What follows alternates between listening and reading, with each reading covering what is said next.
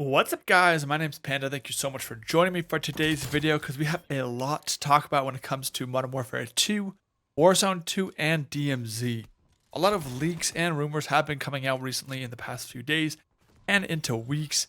There's a lot to talk about, but the main thing that I want to discuss today is Valve's recent article about skill-based matchmaking. If you guys don't know who Valve is, he's a credible leaker throughout the community who's pretty much had a really good proven track record. But one thing to keep in mind is that this is just leaks and rumors. Nothing is confirmed by Call of Duty, Activision, any of the development teams. So take all this information as a grain of salt. I just wanted to discuss it here today and talk about the possibilities. Alright, so let's get right into the information. If you guys enjoy this video, definitely drop a like. Don't forget to subscribe for more Call of Duty news and information. I'm going to be trying to pump out more of these type of videos out to you guys, so hopefully you do enjoy. But let's talk about skill-based matchmaking. So SBMM has been a super hot topic in recent years, especially with the launch of Modern Warfare 2019, where it seemed to be a little bit stricter than the years past. And later on, this was proven due to multiple studies done by YouTubers like Exclusive Ace, JGod, Drifter, Sour, and more.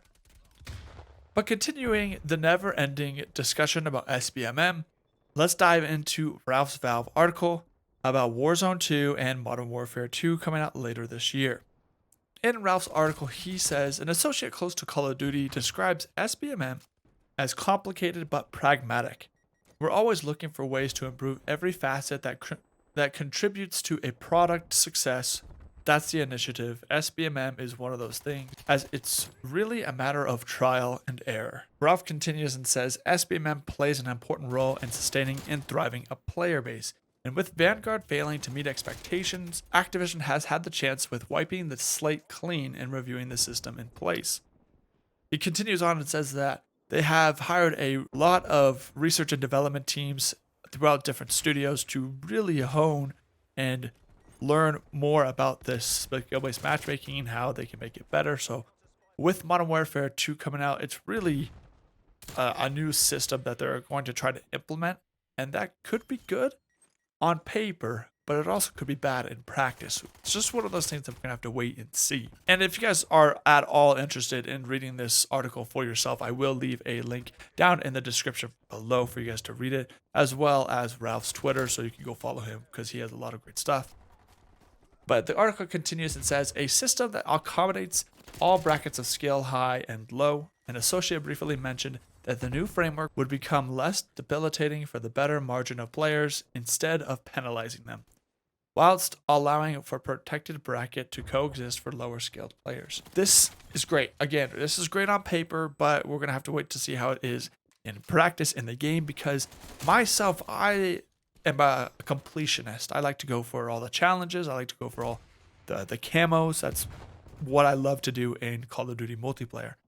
So if I'm a above average player and I'm being put into above average lobbies where people are just running the metas, it really takes out the enjoyment of the game when I'm sniping, trying to get camos for my snipers, and I'm not a very good sniper.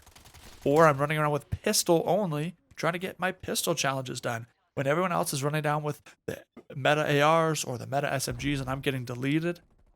It just really does not make for a fun or an engaging playing experience, and this on paper sounds amazing. If you're a higher skill player, you won't be as penalized, and that's the biggest thing that people have had issues with when it comes to skill-based matchmaking, is the better you get, the more penalized you are, which is completely backwards. Hopefully they can actually learn from players or actually play the game themselves and not be total bots. That would be pretty cool, because then they would be able to experience what the players are experiencing as developers. But I'm getting sidetracked. Let's hop back into like the normal things. Is you shouldn't ever be penalized for doing good. If you're doing good and you're playing well, yes, you can go up against harder competition, but going against a lobby full of sweats which are trying to take your head off every single time and drop nukes to upload to TikTok, it's not fun. Having a good mixture and a good balance between the lobbies, especially team balance, that will definitely lead to the best player experience for everybody. So hopefully with this new system, it really is the better you get, the more rewarding it feels and the more rewarded you get to the lobbies that you get, the experiences that you have. Obviously, you don't want to have a walk in the park every single time because that's not challenging, but have a good balance. And that's all that players have really wanted, is just a good solid balance of challenging, but not sweating every single match like you're in a freaking MLG game. Next up, the article talks about the future of DMZ and Warzone 2. That doesn't mention anything about multiplayer Modern Warfare 2, so keep that in mind when we discuss this. So they plan to incorporate a bot pool for Warzone 2 and DMZ, like I said, for the very special protected bracket of players, specifically those with disability. So they're trying to give it a better playing experience for these players who are in like the really, really low bracket just because of, some of their physical disabilities or whatever, what have you. So this is really just for them so they can have a good experience. But I really hope that when they're put into this like a bot lobby where it's mixtured between AI and actual players, that they can actually tell the difference between AI and players.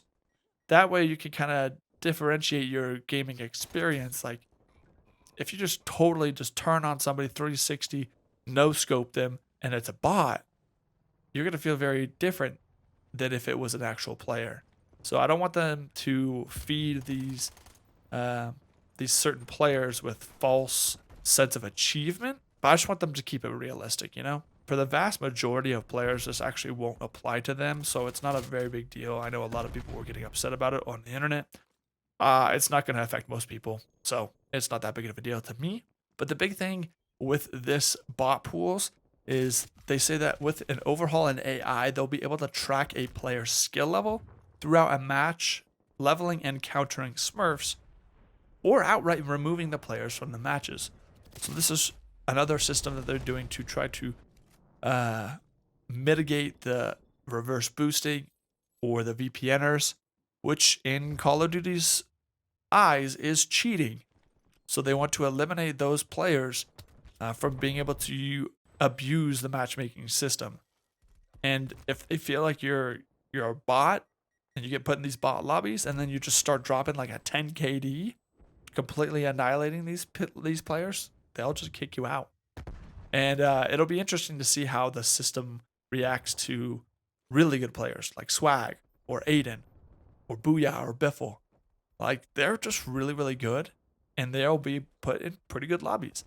So hopefully it doesn't strict the really good players. It'll be interesting to see how it all plays out, but I'm really hoping that doesn't happen because that will really cause an uproar in the community because they're the quote unquote face of Warzone because they're the ones always streaming it, creating content. They're super well known because of Warzone. So that could be a really big issue if it's not handled properly. And lastly, this article does talk about something that hurts my heart, but I did see it coming, is disbanding lobbies. Disbanding lobbies are here to stay. Apparently, it's a super important part of the SBMM Foundation, and pretty much as in their own words, if it were to be removed, it would be collapsed. And I believe this is the implementation of quick play. And it could be linked with Warzone as well, because Warzone, you're disbanding lobbies all the time. That's just how it should be in Battle Royales. But when it comes to multiplayer, we're not going to get in the same lobbies, because if not, the system wouldn't be able to take us out, evaluate our skill in that last game, and then put us in an appropriate match next time, which to me still sounds like nothing's going to change in the past 3 years, which is very upsetting because it still feels like it's very manipulating how our experiences are or how it's going to be. I just hope it's not as strict and I can still have an enjoyable time without having to run a meta loadout every single multiplayer match. But again, these are just leaks and rumors, and they shouldn't be taken as facts. Take it with a grain of salt. And last thing I will say about the disbanding lobbies in this article as a whole is I really hope that this does not affect parties. Vanguard was notorious, and so is Cold War. I felt like Cold War is pretty bad as well, but Vanguard specifically, the disbanding lobbies really messed up parties in the game. because one, it would take you like 5 times longer to find an actual match because you were actually in a party and the system had a hard time matching you and your team with an appropriate opponent, which it took way too long than it should. And two, half the time when you started a new game, it would disband the lobby and also disband the players in the party. That was super annoying. It's like you would finish the game, players disband, party members get kicked out. You have to re-invite people. Connection was hard. It took forever. So it was just a lot of annoyances when it came to that. So I hope that they can iron that out so that we don't ever have to deal with that, because parties and the social aspect of Call of Duty has been an integral part of multiplayer for ever since multiplayer was introduced to Call of Duty. So I hope that they really focus on that aspect and don't let it fail. But guys, that's going to do it for me and for the news today. If you guys enjoyed, definitely drop a like. Don't forget to subscribe for more videos, and I'll see you in the next one. Peace.